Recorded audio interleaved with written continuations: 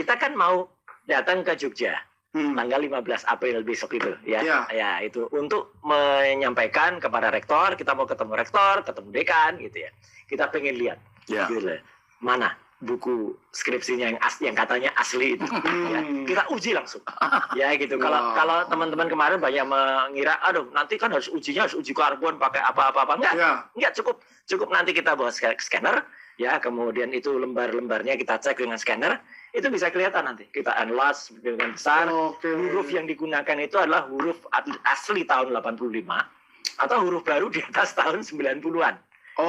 Yang didalilkan oleh Mas Rismon itu nanti bisa ketahuan ya. Bahkan juga kita mau lihat sejarahnya Fakultas Kehutanan UGM itu dekanya tahun itu tahun berapa aja gitu loh. Jadi supaya clear dia tunjukkan saja ya, atau mungkin ada kepercayaan dia lah ya, tunjukkan saja ini loh ijazah aslinya. Sudah. Nah nanti misalnya badan yang netral yang memeriksa itu, kalau misalnya Bareskrim mau memeriksa silahkan, atau Labkrim. Tapi kalau enggak kita minta organisasi internasional periksa itu dengan uji karbon gitu ya misalnya. Periksa. Tapi kalaupun yang independen kalaupun itu tidak mau dilakukan ya sudah, cukup skripsi aslinya nanti kita periksa. Banyak orang yang mempertanyakan juga, masa seseorang ya, Janes, kayak kita punya foto ya, mulai dari tamat SMA, kemudian mahasiswa, kemudian lulus, itu fotonya sama aja pas foto. Gitu-gitu Itu foto yang digunakan sama. Itu juga. Terus pakai ini lagi, pakai kacamata. Iya kan? Itu benar-benar nggak boleh.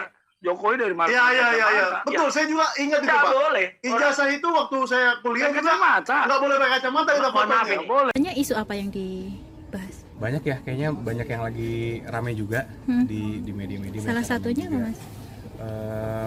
Mungkin yang lagi rame tadi juga ada yang menanyakan juga mungkin mengenai ijazah Pak Jokowi. Itu salah satu yang sedang kita lihat agak sedikit rame di media.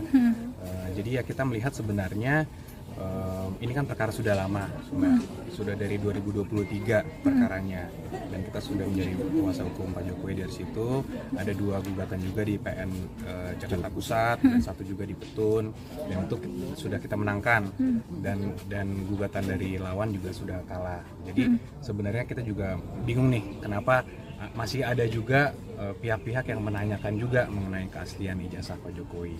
Karena kami juga melihat khususnya dari pihak instansi yang berwenang pun, dari UGM pun juga sudah memberikan statement yang clear bahwa memang jelas ijazahnya juga sudah diakui dan Pak Jokowi memang merupakan alumni dari UGM. Cuman sekarang memang kita sedang mempertimbangkan langkah-langkah hukum karena kita melihat makin kesini ada oknum-oknum atau ada pihak-pihak yang sudah mulai menjalani jalur-jalur di luar hukum, dan itu sudah sangat sifatnya mungkin sudah ada yang berita bohong, sifatnya udah lebih ke arah fitnah, dan ini ingin kita hindari. Kalau dari Pak Jokowi kan dari 2 tahun lalu juga sebenarnya belum mau melakukan apa-apa karena memang ya mungkin Mbak tahu sendiri sifatnya Pak Jokowi. Cuma makin kesini kalau memang sekarang Pak Jokowi bukan lagi presiden, masih diserang secara pribadi, ya ini kami juga menilainya mungkin kita pertimbangkan untuk melakukan langkah-langkah. Rame-rame kita ke UGM, datang rame-rame ke Joko Widodo di Solo, dan itu kita akan melakukan pada tanggal 15 April jam 13 jam 1 ke Rektorat UGM. Nanti tanggal 16-nya besoknya jam 10 kita akan ke Solo, langsung ke rumahnya Pak Jokowi. Ini surat ke UGM-nya, ke Bu Rektor, sudah. Ini tanda bukti telah terkirimnya, lengkap lah ya. Ini terbukti. Luar biasa, salut dan angkat topi ya kepada abang kita Dr. Rismon Hasiholan Sianipar, Sarjana Teknik Elektro, yang sudah memberikan kontribusi kepada bangsa ini dalam hal pembuktian ijazah palsu Joko Widodo, yang tidak lain adalah upaya kami di mana kami telah melaksanakan hampir 3 jilid daripada atau sudah 3 jilid ya persidangan. Jawaban UGM terhadap apa yang beliau sampaikan ini sangat tidak layak ya, atau abal-abal. Harusnya dalam soal ijazah palsu Pak Jokowi yang diduga begitu, kenapa nggak bercakap-cakap aja sih? Kenapa mesti masukin ke pengadilan sehingga saya mesti bolak-balik Jakarta Solo untuk jadi saksi ahli di situ? Hanya untuk menerangkan hal yang konyol. Apa susahnya? Pak Jokowi datang dari belakang, nih asli, malu semua orang yang nuduh dia nggak asli kan? Tapi semakin ditunda, semakin orang curiga, betul-betul kalau begitu memang palsu dong. Nggak ada percakapan sehingga mesti masuk pengadilan itu. Kalau cinta sama rakyatnya supaya rakyatnya tidak terbelah, Ya tunjukkan kamu punya. Kalau nggak punya yang ngomong aja, nggak punya kenapa memang? Orang ijazah juga sebetulnya kita nggak ngurus kok. Mau punya ijazah mau nggak, kalau dia menata kelola negara ini nggak seenakin dasi dewe, rasa enakin dasmu, kan kita tetap mencintai, tetap menghormati. Sebetulnya gue setuju kata Kang Mas Rob, ijazah ini hanya tanda bahwa kita pernah belajar gitu saja. Soal isi otak nanti kan bisa diisi lewat membaca, lewat berteman, lewat pengalaman hidup gitu aja. Heboh nasional tentang isu lama menyangkut apakah Jokowi benar-benar punya ijazah SD, SMP, dan SMA sekarang meledak lagi dan mempermasalahkan apakah Jokowi pernah berkuliah di Fakultas Kehutanan UGM dan punya ijazah S1.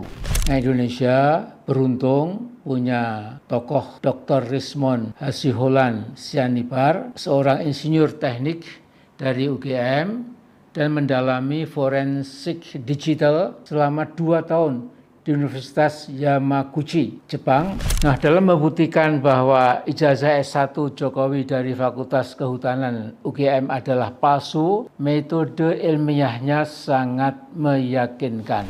Jadi saran saya, Mas Jokowi, terima dengan baik rombongan para intelektual kita, termasuk Dr. Rismon tadi, kemudian juga Roy Suryo, Ahmad Hozinuddin, Dr. Eki Sujana, dan lain-lain di rumah Anda di Solo besok 16 April. Seperti Anda menerima tetamu Anda setiap hari dari berbagai lapisan. Tidak usah diterima terlalu lama, ya barangkali 10 menit saja sudah cukup. Tunjukkan ijazah S1 dari Fakultas Kehutanan UGM yang asli, yang Anda miliki, titik. Heboh ijazah palsu Anda langsung sirna.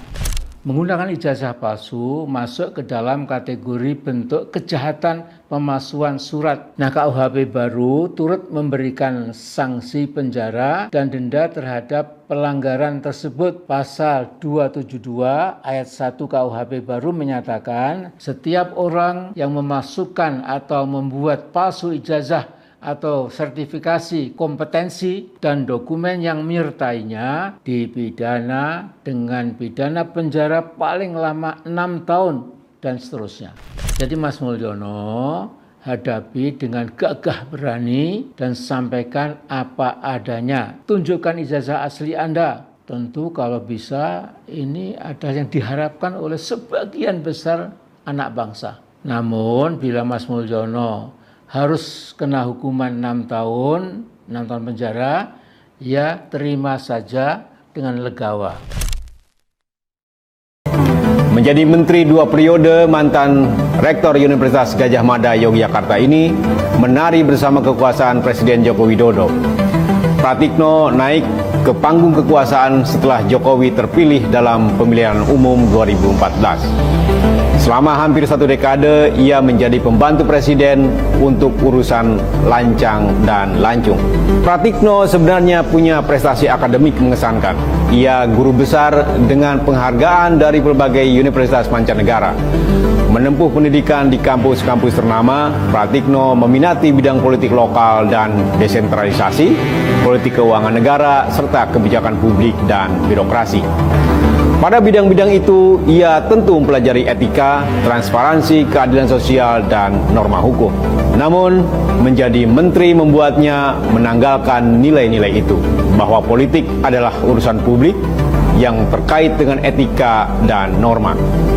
Ia menjerumuskan diri dalam urusan politik dengan P kecil, yakni bagaimana menjaga kekuasaan sang majikan. Liputan majalah ini menemukan Pratikno menjadi perantara mulusnya putusan Mahkamah Konstitusi dalam mengubah syarat calon presiden dan wakil presiden dalam Undang-Undang Pemilihan Umum. Pratikno diduga turut melobi Hakim Konstitusi sehingga anak Jokowi, Gibran Rakabuming Raka, yang belum cukup umur bisa menjadi kandidat wakil presiden. Manuver politik Pratikno juga menyasar partai-partai agar bersedia menerima Gibran sebagai calon wakil presiden bagi Prabowo Subianto.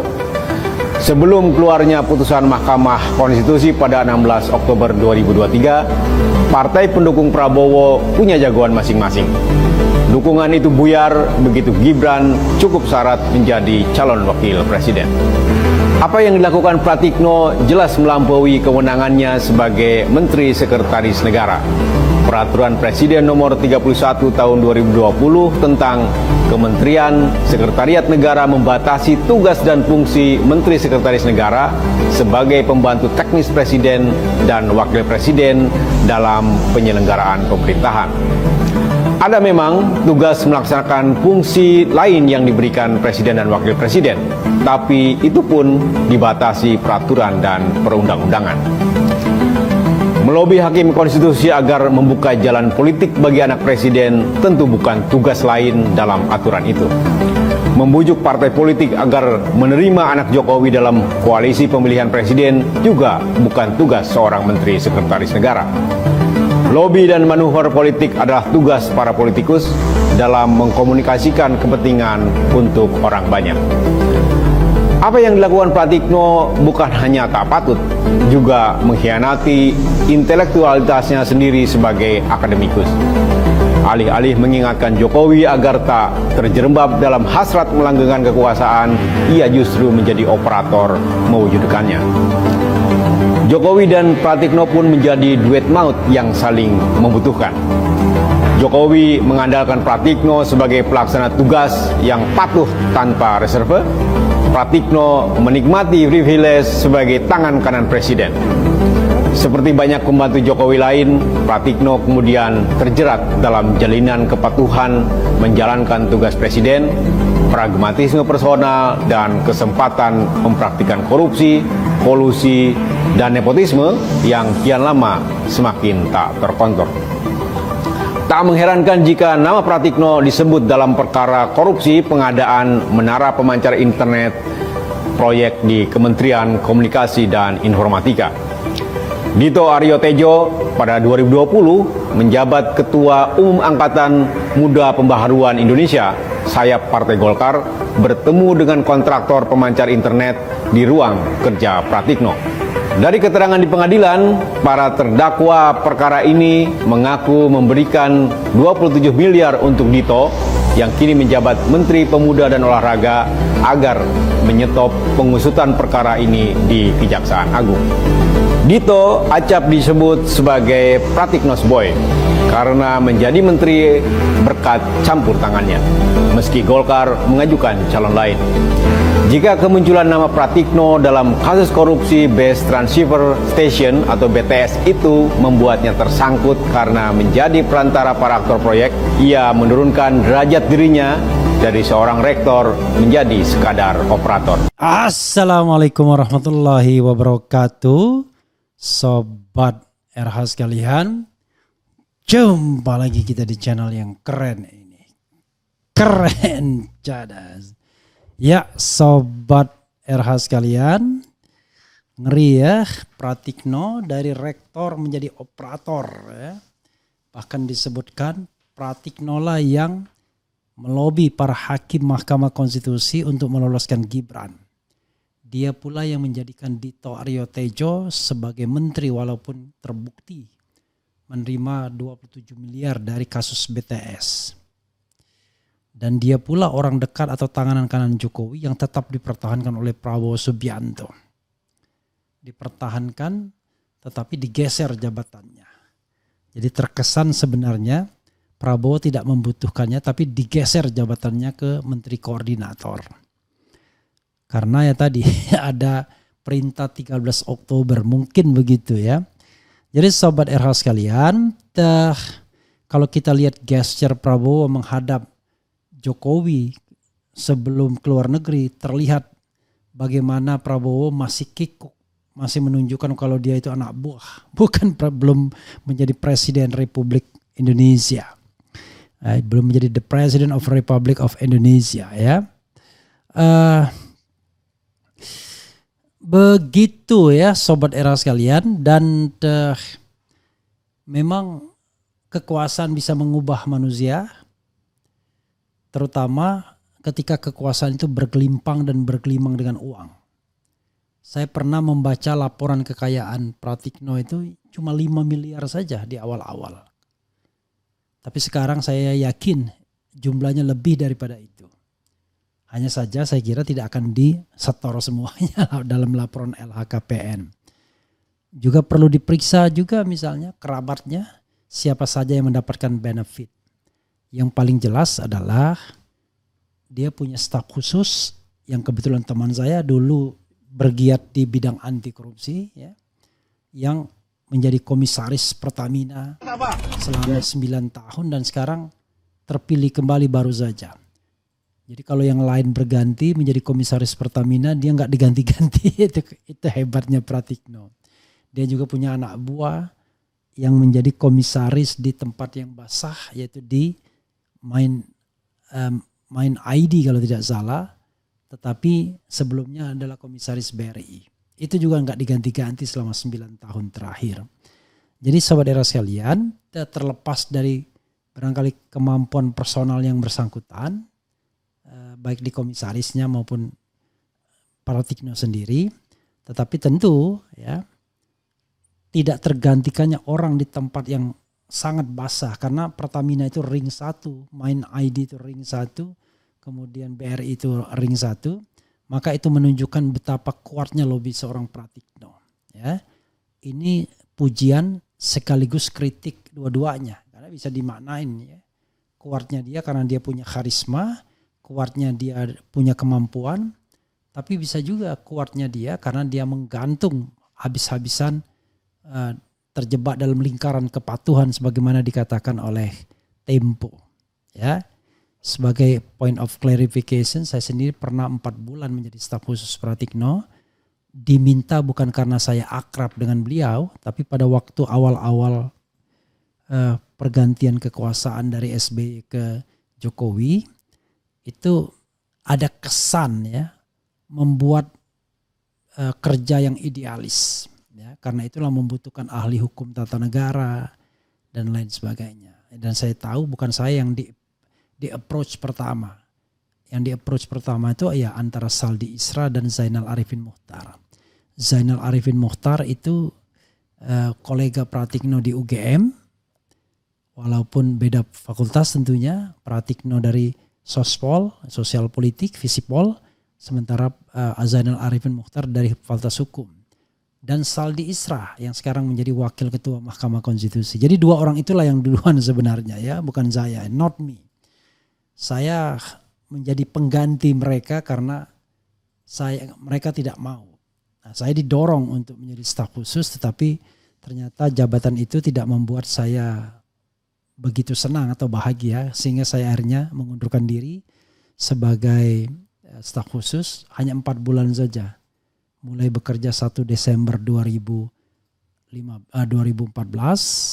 dan kemudian berhenti per 31 Maret 2015. Ya, kalau dibilang per 1 April lah ya. 1 Desember per 1 April berhenti. Jadi 4 bulan saja. Jadi Desember, Januari, Februari, Maret hanya 4 bulan saja.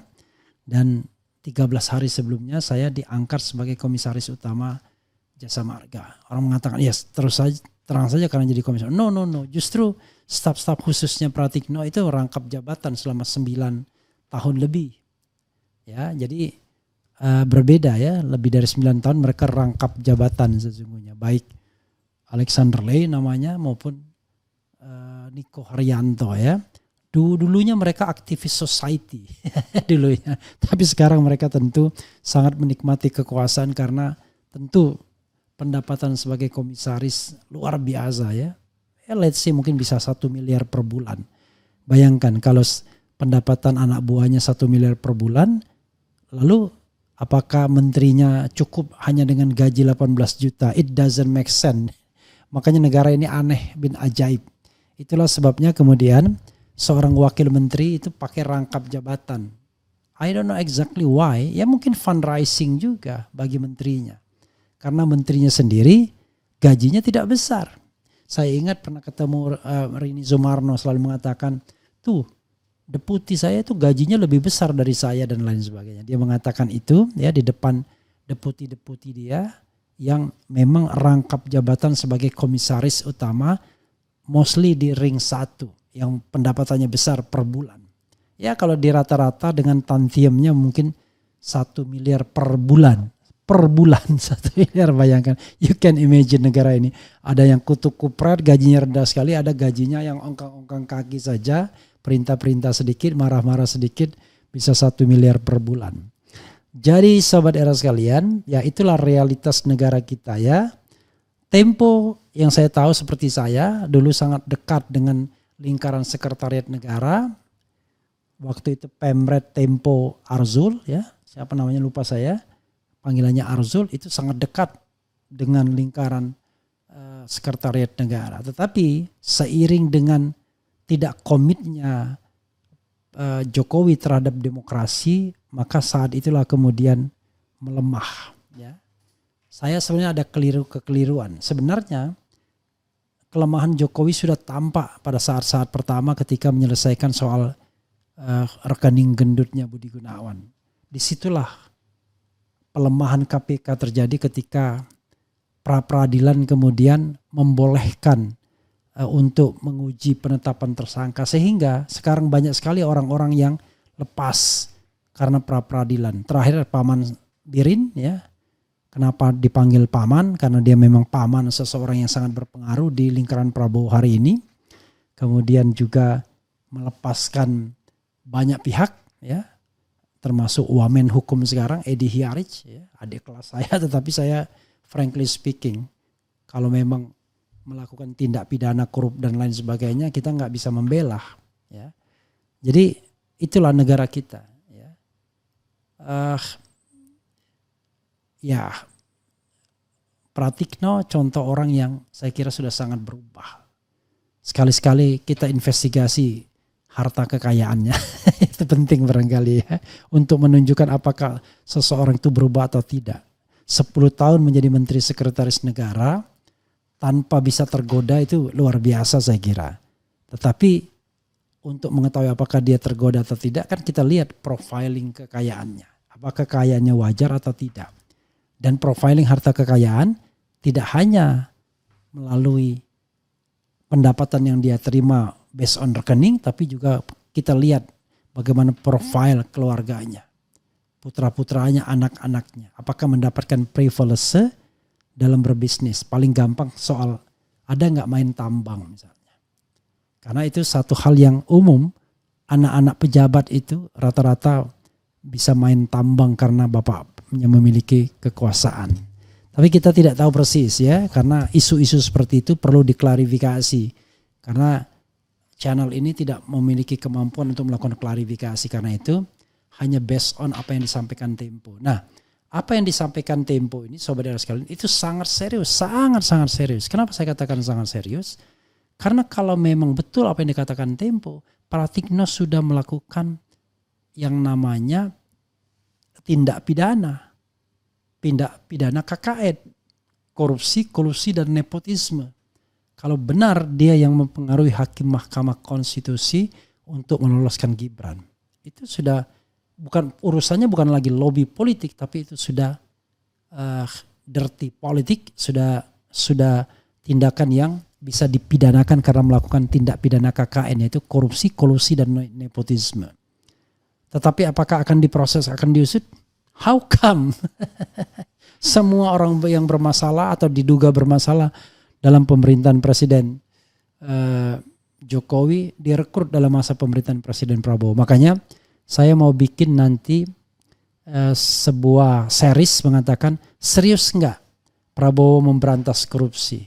Karena kalau cuma sekedar omon-omon saja ya semua orang bisa. Tapi apakah serius atau tidak, maka kasus-kasus yang akan saya bahas besok-besok itu akan menunjukkan keseriusan atau tidak. Paling tidak yang saya catat adalah kasus Zarub Rikar yang harusnya menjadi pintu masuk, tidak dimanfaatkan secara baik. Said Didu sekarang dipanggil lagi oleh polisi, itu menunjukkan kriminalisasi orang yang kritis. Kemudian Paman Birin bebas pra-peradilan di masa pelemahan KPK yang berlanjut ternyata di Prabowo. Karena saya berharap Prabowo menunjukkan gesture kekuasaan bahwa dia memperkuat KPK, KPK jangan takut. Ternyata enggak. Ya. Karena jaringan Prabowo, lingkar Prabowo jauh lebih sakti dalam mempengaruhi proses pencarian keadilan.